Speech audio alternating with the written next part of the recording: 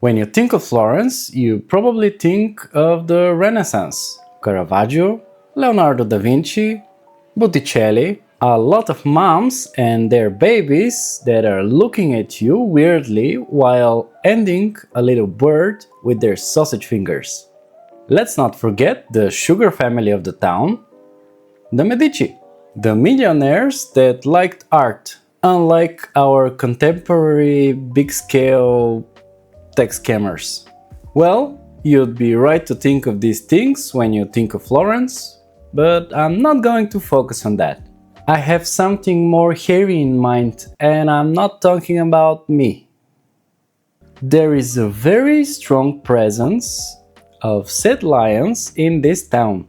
I want to make a zine with these sad kitties, so let's get started.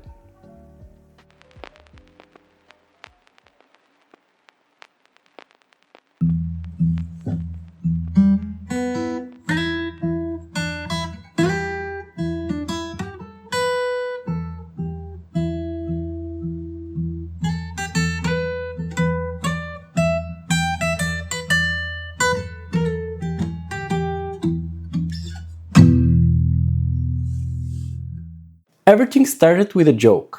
Look, another sad lion, I'd say, and take a picture of it.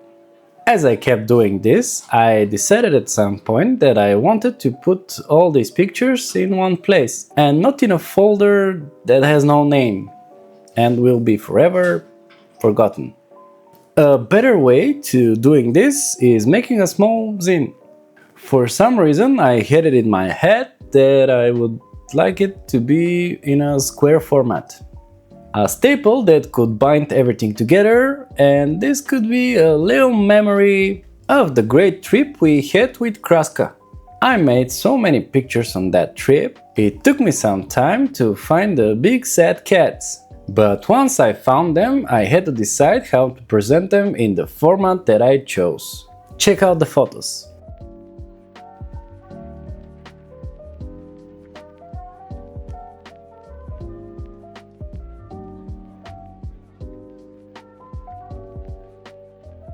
Apparently, I wasn't paying too much attention in art history, or I wouldn't be surprised if it wasn't even mentioned. But when we got back from the trip, I did a little research about this sad lion epidemic in Florence, and what do you know? There is a reason for the presence of the lions. The street behind Palazzo Vecchio is called Via dei Leoni. Apparently, Florence kept actual lions in there as early as the 12th century, and certainly had them by the middle of the 13th, which was well before the construction of the Palazzo Vecchio or the city's town hall. Given the symbolic significance of the lions to Florence, births or deaths of lions were important events, and often considered to be omens, good or evil. A popular idea in the Middle Ages was that the lion cubs were born not alive, and then came to life after their mother licked them. Some guy even thought that it was important to be known in the early 14th century that there were 6 lion babies that were born alive. Middle-age mind blow. A good omen, I guess? Among the stone beasts, the Marzocco is famously the symbol of the Republic of Florence. You could see versions of him everywhere. The most famous one is sculpted by Donatello. I hope you don't think Donatello is a turtle. It's in a museum, but they made a faithful copy. So I think that the poor lions were kept in cages in one of the probably most loudest cities I've ever been in. I can kinda guess why the paintings and sculptures of these creatures were so sad. They couldn't get any sleep, and they even didn't have to suffer through idiots watching reels and TikToks on loudspeaker on the street. Stop that! It's not okay! I'll let the sad lions out of their cages, Let's see if you're as fast as you're annoying.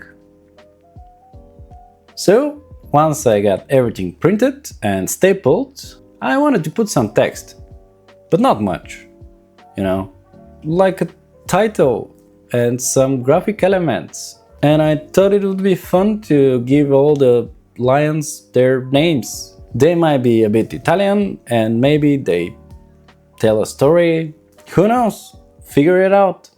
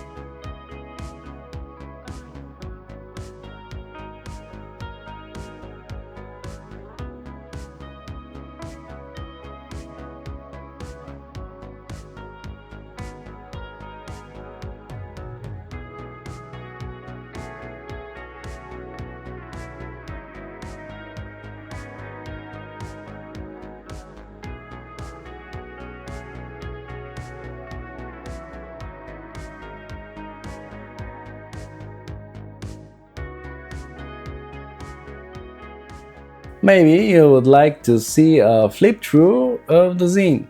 What are you waiting for? Ah, right, I have to do it. Sorry.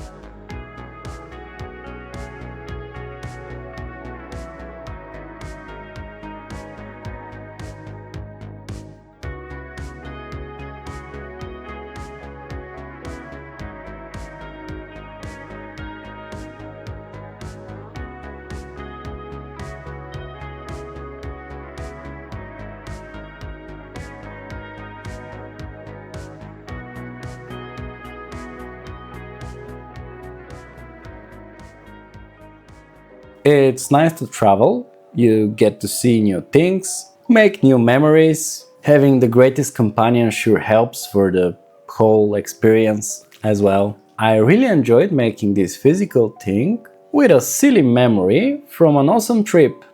I think I would make a point of making these zines more often. Then I can flip through them and I would have some warm fuzzy feelings. Thank you so much for watching this video. If you liked it, you could watch my other videos. Being brave doesn't mean you go looking for trouble. Bye!